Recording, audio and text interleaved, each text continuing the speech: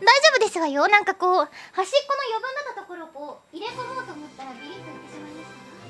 あ、待って。